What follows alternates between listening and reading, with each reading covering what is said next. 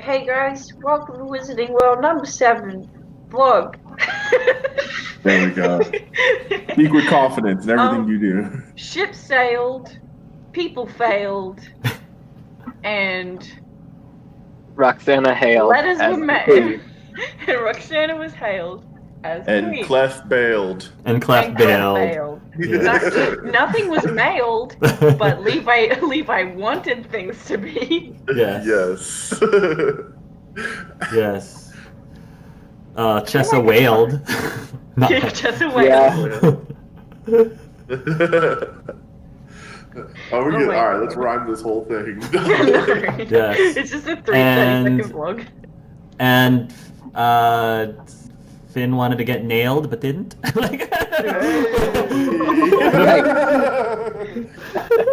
I mean, I wanted to say it, but I was trying to keep it, family friendly.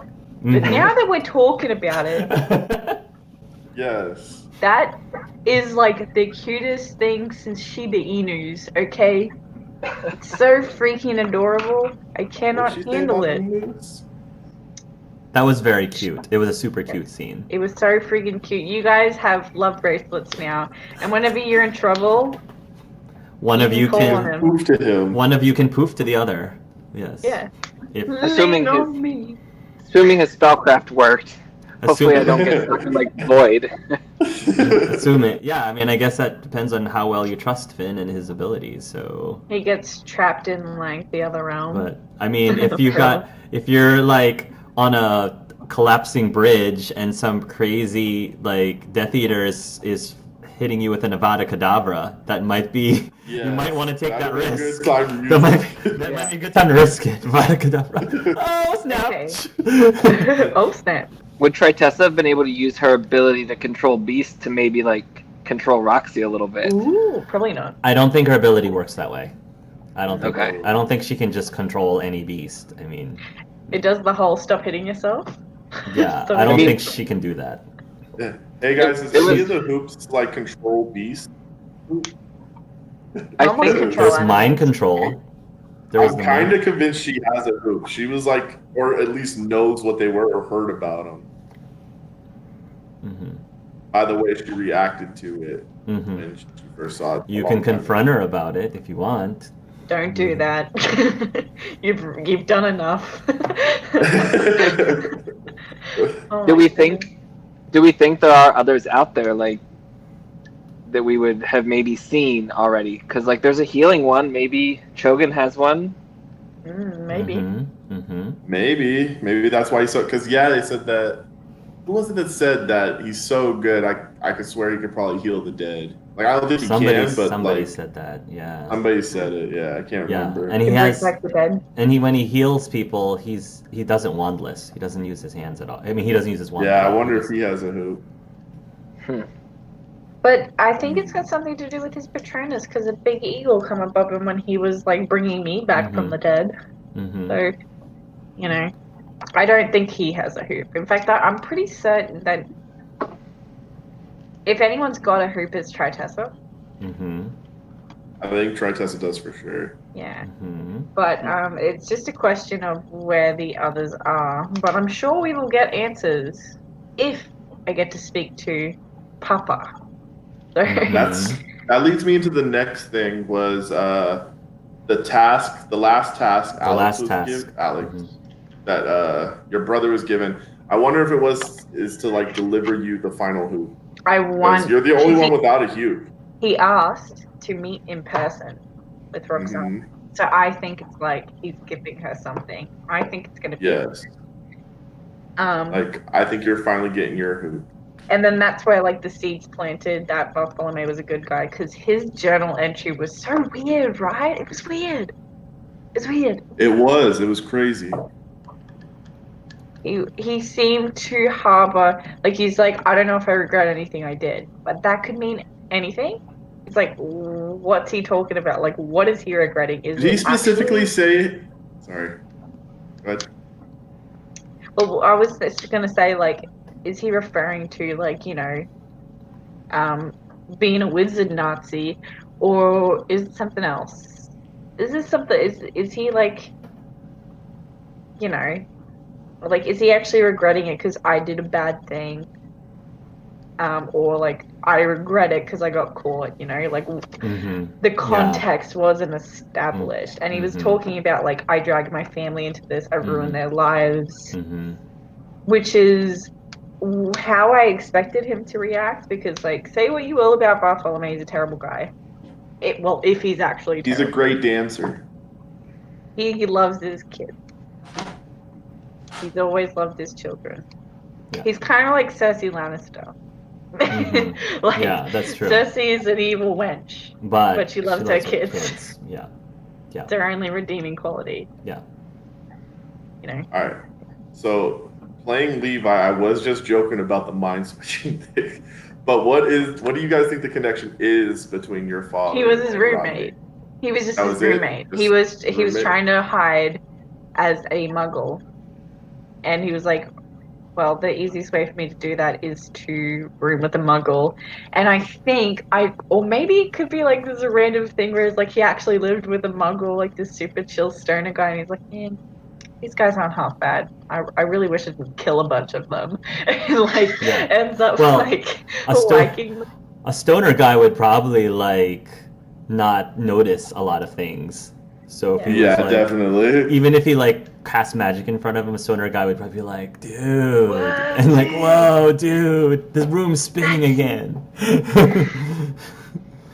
And I imagine Bartholomew doesn't have a trace on him anyway. Have a what? It could a trace, like the magic trace, where you cast magic in front of Muggles. You have like a thing that the Ministry is like.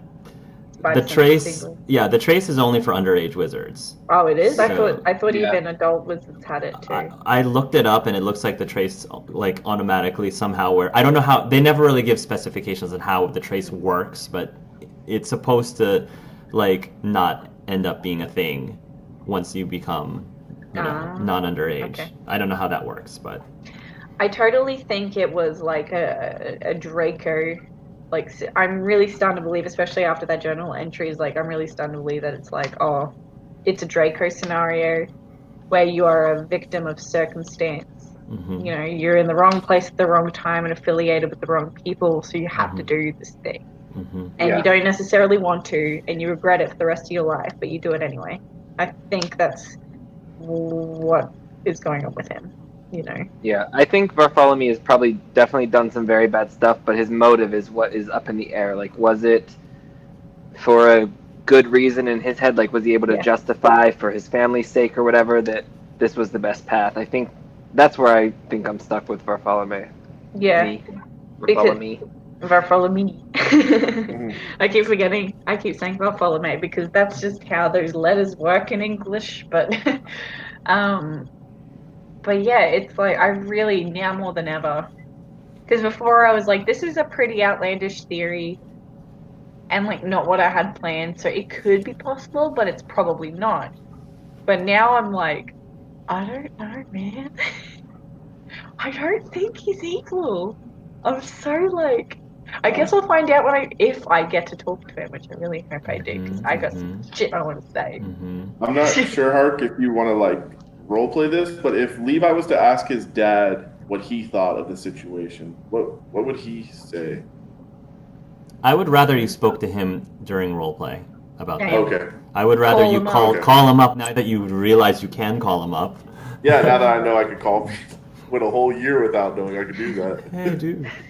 Yeah. So I've got a question regarding the event. Yes. So Ana Silva's precognition helped us to see that they were still going to be coming after us. Yeah. So was it definitely Levi's talking to Chessa that put the things in motion? Because like Al didn't go to Finn. Finn came to Al. So yeah. Because he loves you.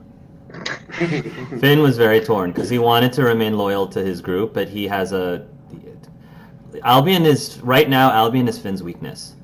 Just like and we're gonna exploit that and crush him. Just like honestly, just like Toby is Roxana's weakness, and I don't think that, I feel like Naila and Juan's relationship, I think their type of relationship is we're going to give it all we've got and we're not going to like hold back for each other because that's just the type of relationship they have. And then Yeah. Chessa and Levi, I feel like Levi would not, Chessa would not hold back because it's sort of like in martial arts and sparring, it's like, yeah, you hold back so that you don't seriously injure someone, but if you're going to learn how to use these techniques in real life for actual self-defense, you have to like commit to it at some point and not hold back. That's where I'm really interested to see how their relationship evolves because, like, Tritessa, I think she would also not have held back because Chessa has this drive. It's like, I have to be the best I can be. Yeah. At what point does being the best you can be result in you leaving Levi behind? Is there ever going to be a point where she's like, I have to, like, leave him behind because he's holding me back? I wonder if that's ever going to be like a thing she thinks about. That is interesting. Yeah. That is definitely that's definitely the thing with Levi's journal entry. Yes. He's like, I don't really know if this is gonna work because like you can kind of see like right now it's like they're on the same path, they're in the same competition and everything, but there is gonna be that point where it's like she's off being awesome Chessa and Levi's, Levi. Yeah. Well, I don't know. Tritessa and Toby's relationship is I think that Tritessa definitely like lets Tobias be Tobias, and so I think that I don't want to say puts Toby. It's interesting because Toby I think puts Tritessa on a pedestal, but she also puts Toby on a pedestal too. Yeah. So I think they both, for both of them, they each believe that the other one is not in their league. I think Toby is a little intimidated by Tritessa in many ways, and I think Tritessa is intimidated by Toby in different ways. Yeah. So that relationship is really interesting between them. And then Finn's a tough guy, but like if you're important to him, he's a softie. He's a huge softie if you're important to him. So yeah, I mean, I was shocked at how, like, I thought, I don't know, I was shocked at how obvious he was about it. I thought it was going to be more subtle during the game, but, like, the fact that he called out to Roxy, I was like, wow, like, without that, like, the blue team wouldn't have gotten eliminated so quickly. So. And I think Al is really bridging the gap between their deal. He's starting to be more like, it kind of happened ever since, like, the duel in the last the duel task. Ever since then, he's been slowly like, oh, I'm seeing more things, and Albion is friends with this girl, and why is he friends with her and sees things that he didn't before? Yeah. And Albion's kind of the bridge that's like helping them get over that awkward friggin' thing. I remember you said in a previous vlog that so one of Finn's like weaknesses is he can have some anger management issues, and I think that when he was talking to Al today, he was realizing that Al is very much the voice of reason. Yes, and that's why I said they work well together, because Al's the voice of reason, whereas Finn will always say what's on his mind, and Albion doesn't. And in a way, they're helping each other kind of reach the middle ground. Yeah, I think that's one of the reasons why Finn has been drawn by Albion. Yeah. Is because I think he sees something in Albion that he knows he personally needs. Aww. And because otherwise, he's just the guy that everybody wants to just do heavy lifting for. Yeah. So. He's the beefcake. Yeah, I guess. I don't know, but at the same time, like, Finn stood out to me from the very beginning when he helped everyone. Like, as a player, that honestly shocked me. I was like, okay, like, this is not as much of a, like, individual teams, like, against each other. Like, it really is, coming together, doing the entertainment, being friends. Like, Finn was the one for me as a player that really set that apart. So, I think deep down he has that to him. He really threw me for a loop from the get-go, because I went into this campaign determined to hate him. Yeah. As a player and as Roxana, I was ready to hate him and despise him. Can't hate Finn. But even from the moment where it was like the part, like the very first time you see him with Alec in the hallway where he's got him up against the wall, it's like, but there's more to this story. Yeah. It's like what you wrote down initially is just a concept, and Hawk's taken this and done like a bunch of other shit. Like, he's no longer the same person you thought he was going to be, and he really threw me for a loop, and I freaking love Finn. He's great. Oh, I don't think we ever asked this, but in your original concept of the kid who got the curse done to him, was he a reoccurring character in your story? Or was it just like, oh, he was just going to get hit and then you never see him again? You just hear how people hate your brother because of it. Well, no, he was always going to be a big part of initially why Roxana was unpopular, because the way I had imagined it was Finn was the popular one that everyone liked, and Roxana was the one that everyone hated. Yeah. And a big part of that, like, that started when Bartholomew got arrested. Yeah. And then Alexander cursed him because they had a fight about the father because of the guy. Yeah. And it looked really weird because it was this pure-blood kid cursing a half-blood kid after his dad gets arrested for being a Death Eater. So it was this huge controversy, and everyone was like, we didn't want to talk to Roxy. Yeah. But I think I preferred having Roxy be popular first. So do I. And then a better twist. Having it come crashing down. Finn was actually originally supposed to be different from the person that got cursed by Alec. Because I came up with the concept of Finn because I wanted there to be a character that was not completely human, and I knew that there was history with merfolk trying to be recognized by the Ministry of Magic as actually being a being instead of a magical beast. And so, because I had Chance, but I was like, we've touched on half giants, so I didn't want to do a half giants, and I could have done a half house elf. But there was just something about a half merfolk or a quarter merfolk that I thought was really interesting, and so I came up with Finn's character first, and then I realized that Djokovic was this kid that got cursed, and I thought, well, what if they were the same person? And I try not to I try to limit the number of NPCs there are, because I don't know if you noticed, but there's a lot of NPCs in this campaign. There's quite a bit. An intimidating amount of NPCs. Right. So if there's any opportunities for me to merge characters into one, that's super helpful, so that you actually are able to grow more attached to fewer characters than a huge gigantic a big birth. A wide bird. Wide birds of white bird of many more characters. You annoy me so much. So it wasn't how funny, I know that Jordan originally intended, but I personally am happy with how it worked out. I like this so much better because I don't know what to expect now. It's surprising. Like, I look forward to coming back because I don't know what's going to happen. And another character that really surprised me was Aika.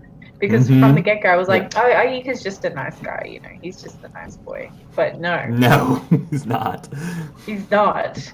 He's so much more interesting and layered. And, I want to know more about what the deal with his sister is, because he was affected, but not in the way you'd expect. Yeah. He wasn't a wreck. Yeah. And it was like, okay, so your sister was estranged and you weren't close. That's what the deal there is. Versus Roxana and her elder siblings, well, they're a mixed bag. She's become closer with Natasha, I would say. Yeah. And Alex, she's always been very close with, so she doesn't really understand that.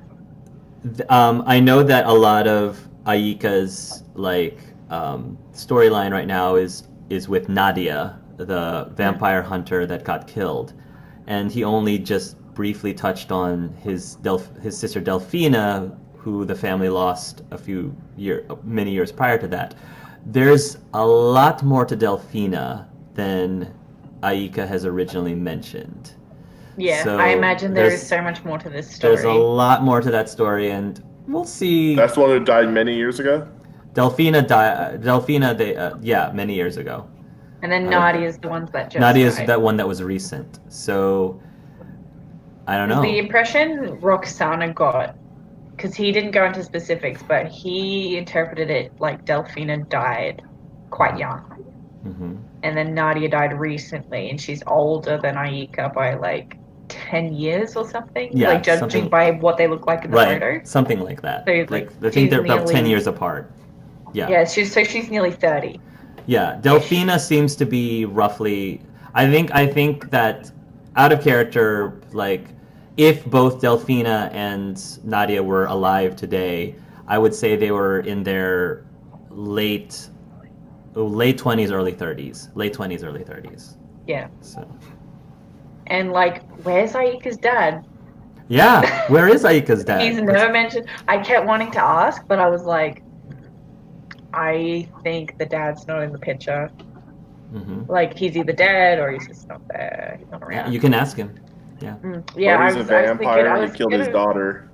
That would be messed up. She's like, oh, and I thought my dad was messed up, but that's something else. Yeah.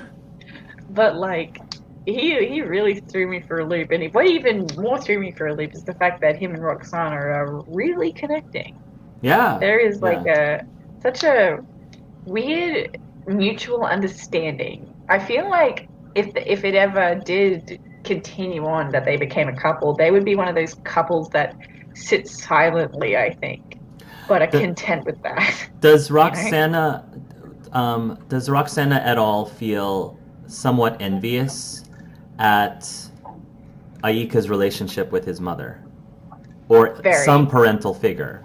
Yeah, very. Yeah, because she has a very complicated relationship with her parents, like with her mother, because Roxana's the rebellious child. She's the rebellious girl who doesn't brush her hair, she's not Natasha, so her mother's like, whatever, you can do whatever, and didn't really connect with her.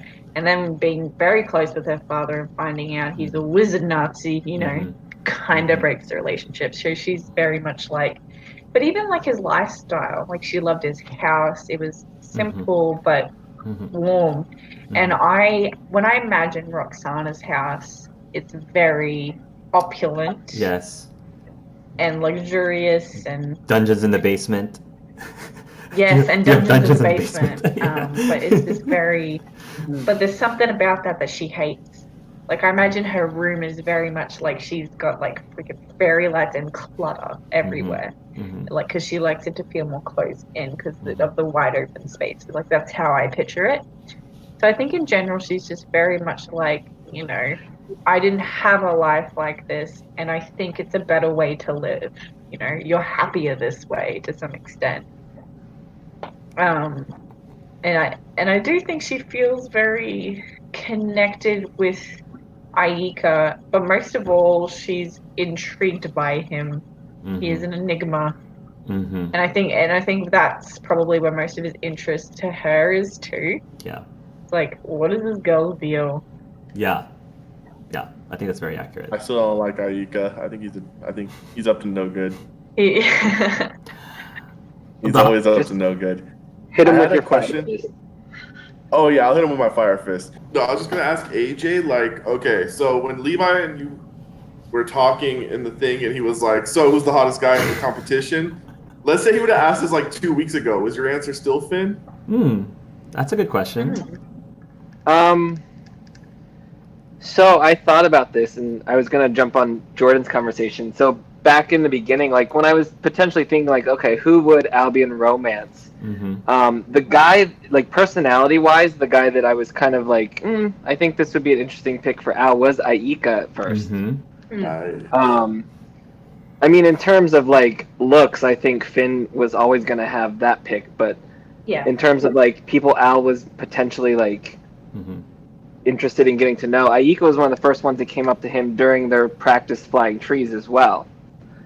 And they had a little bit of a moment there, so I think early on he probably would have answered Aika. Early on he wouldn't have answered. But well, no, he wouldn't have answered. But I'm saying as AJ. I know, I'm just kidding. Yeah. So the way that a lot of NPCs work is very, very rarely do I decide in stone this is their sexuality. I normally just am open to not defining their sexuality until I'll see what actually happens when they interact with certain characters. So Aika and virtually every single character, their sexuality was pretty fluid until it was not. So I think that as things progressed, it made sense for me to allow Finn to be able to swing both ways, and same thing with Chance. Chessa, I had intended for her to be completely straight, but I was open to it if one of the girl, like Roxana, was interested in Chessa. I was open to that. And then Aika, I was open to him being at least swing both ways, but I was leaning more towards him being straight. But yeah, again, it was if somebody was shown interest, I was going to be like, sure, I can open that in that direction. Like, so.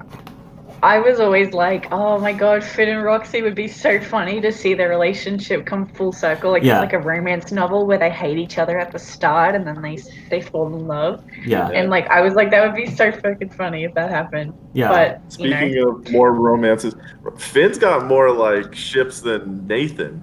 Really? You think so? I don't know if that's true, but no, not more. But he's got a lot. He's got a lot because like ship Finn with Chance, I ship Finn with Albion most of all. I ship Finn with Roxy. Levi and Roxy. Like, I'm just like, Finn deserves to be happy. Oh, I want Finn to be happy too. It seemed like a few weeks ago when Finn actually came out that he seemed interested in Juan. Yeah, I was. Yes. Like, I was gonna ask that. I was gonna be like, what would have happened if Finn? I think at least Finn definitely was trying to feel the waters. Ha ha ha.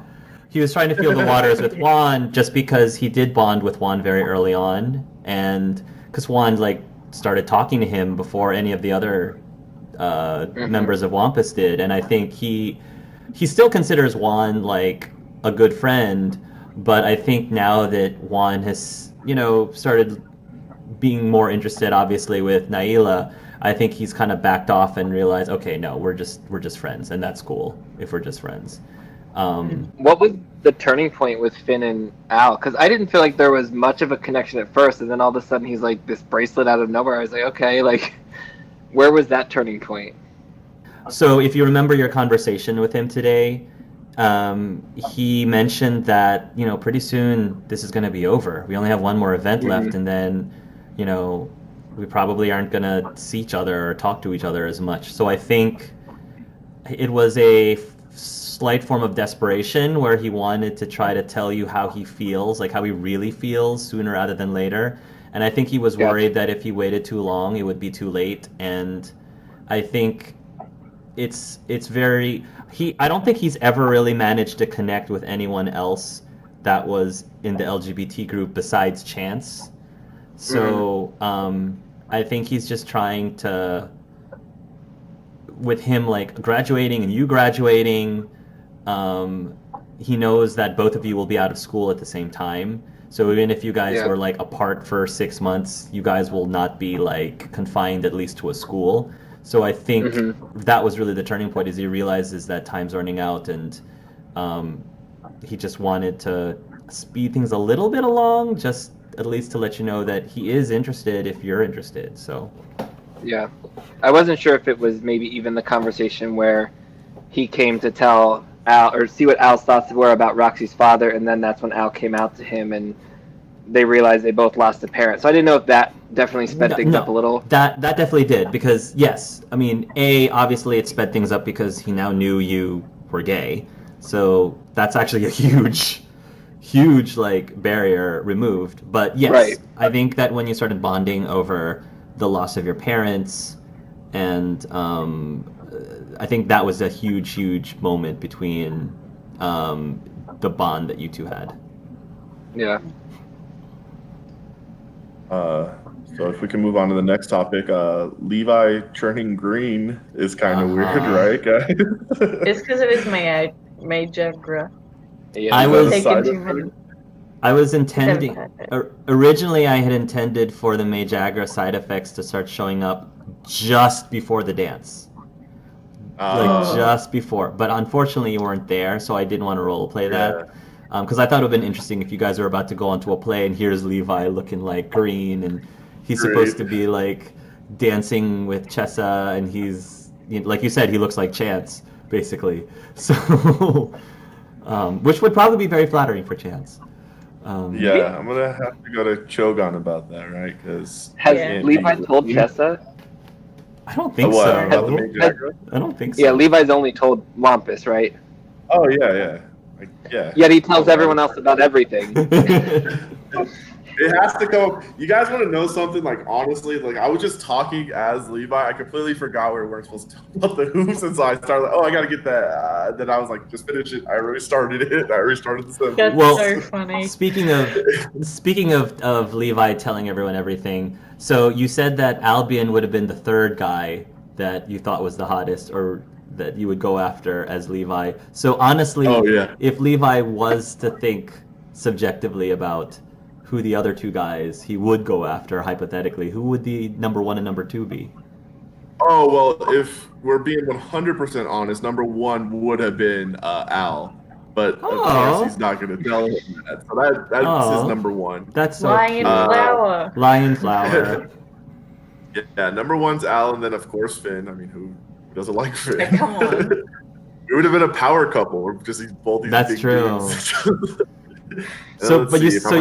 So Al was not number three. Okay. Yeah, Al wasn't number three. He would be number one. Okay. If there was ever a relationship with a man, and then it's Finn, and then it would be Chance probably. I was gonna say, I was like, there's no Chance love there. I thought there was a little bit of Chance love there. The only reason he's third is because we're such good friends. I wouldn't want to ruin that friendship. Levance? What's actually the ship name for Chance and Levi? Is there one? Levance? Lance. Lance? Lance. Lance? Oh my god. Okay. I like that. Chevy. I'm just like, Chevy. Chevy. I'm like just so like surprised with where like the relationships are and like the dynamic between all the champions. It's just really surprised me. Like, I don't know, and I really think the ships are good. Like, they are good pairings that make sense. Yeah. And have chemistry. Like, that's the main thing. Because I'm like, I feel like if we got the Rox Finn Spice, it would just be arguing and lots of screaming and yelling and just altogether unpleasant and not fun to watch. But now, when you get served some, oh my god, what are their ship name? What's their ship name? There's a lot of like banter and spice between Aika and Rox, though. Yeah, there is. It's not all lovey-dovey-dovey. Like, you challenge each other all the time, which I think is really... And I think it's like, the fun thing about Aika and Roxy is I don't think they coddle each other. No, not at all. Probably more so, but like, kind of veils it behind, okay, let's stop thinking about that, let's go do something, you know? Let's go do something. Yeah. Like, that's how she deals with a crisis. But Aika just kind of lets Roxy have her moment, and she will talk to him when she's ready. Yeah. And he doesn't coddle her and treat her like a princess. I honestly see Roxanne and Aika as a power couple. Very much as a power couple. So do I. I ship it really hard. Yeah. Like. Yeah. I had a question. Okay, because you said that like it's kind of...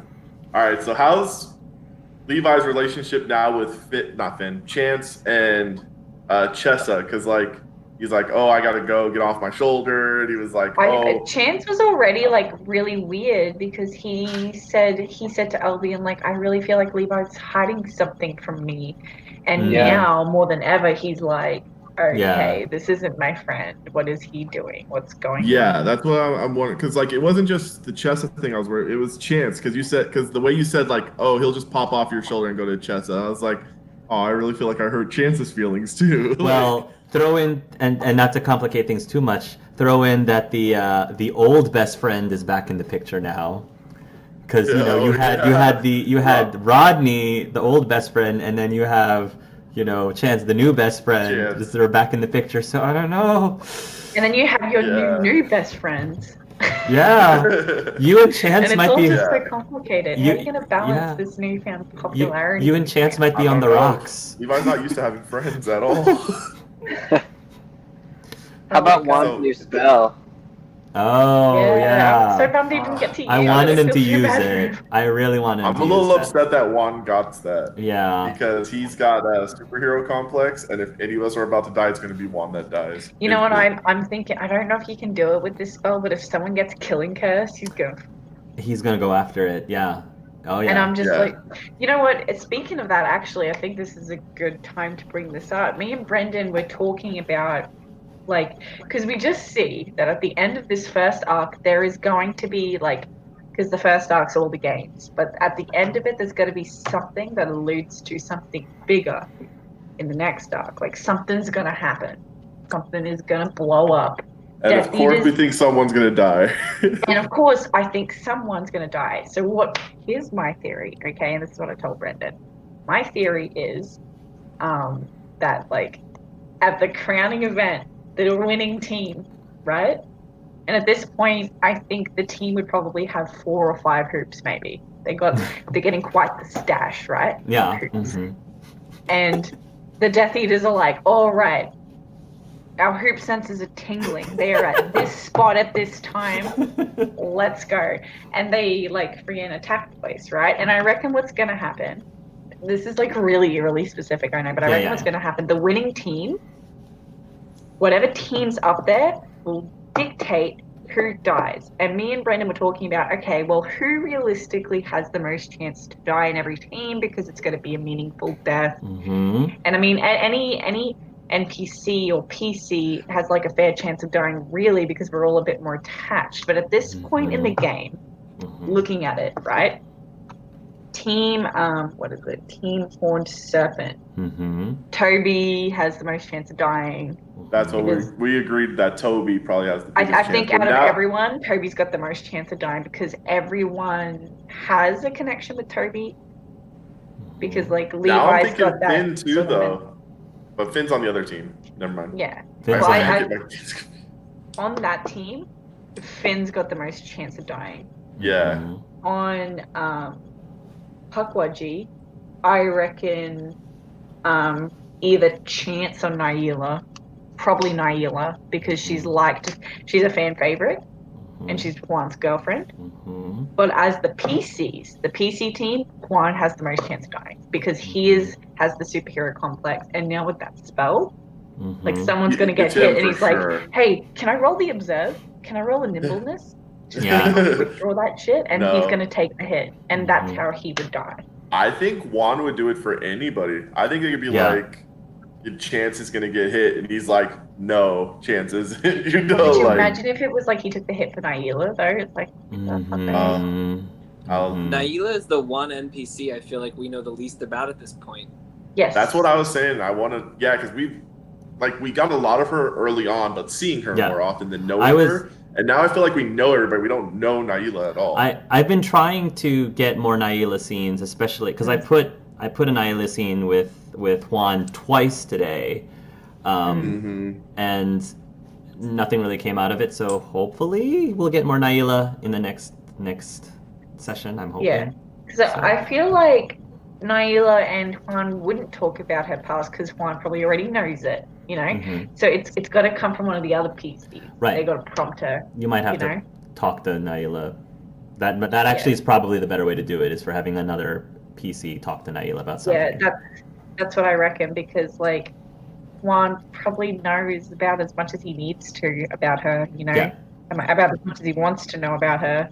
So it's like, well, we don't know anything. So that's a good way. Yeah, that makes sense. Yeah, Juan wouldn't just be like, "Hey, it was crazy when your dad died 10 years ago, right?" Yeah, that was nuts. So he would already know that. I don't think that Naila has as much baggage as some of the other NPCs, but she does have. She has something. She has something that I think is interesting. So. I know her religion's a big part of her too. Yeah. So far that's the big part of her is like, oh, you know her religion. Yeah. Yeah. And it's interesting and I really Speaking think of, someone's gonna die at the end.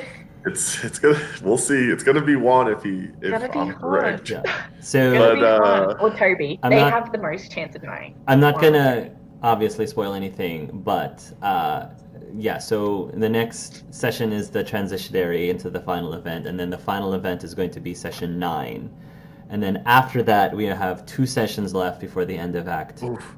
Only 2 sessions after that event before the end of Act 1, and I can at least say that yes, things are going to accelerate a bit, and sessions 10 and 11 is going to be different from sessions 1 through 9.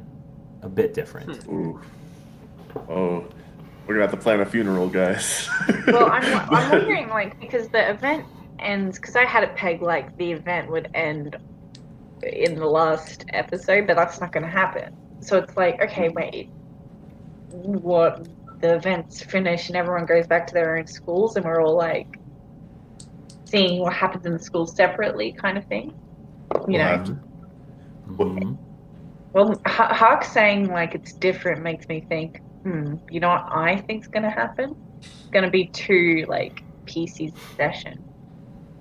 Like they're split, and to bring all the content, like maybe it's like Levi and Albion in one, and it switches between the 2 back in their own schools. I don't know. I'm We'll see. gone nuts. But We'll see. We'll see. What do you guys think the next event is going to be? We haven't talked about that at all. jungle stuff, jungle It's gym. definitely jungle stuff, correct?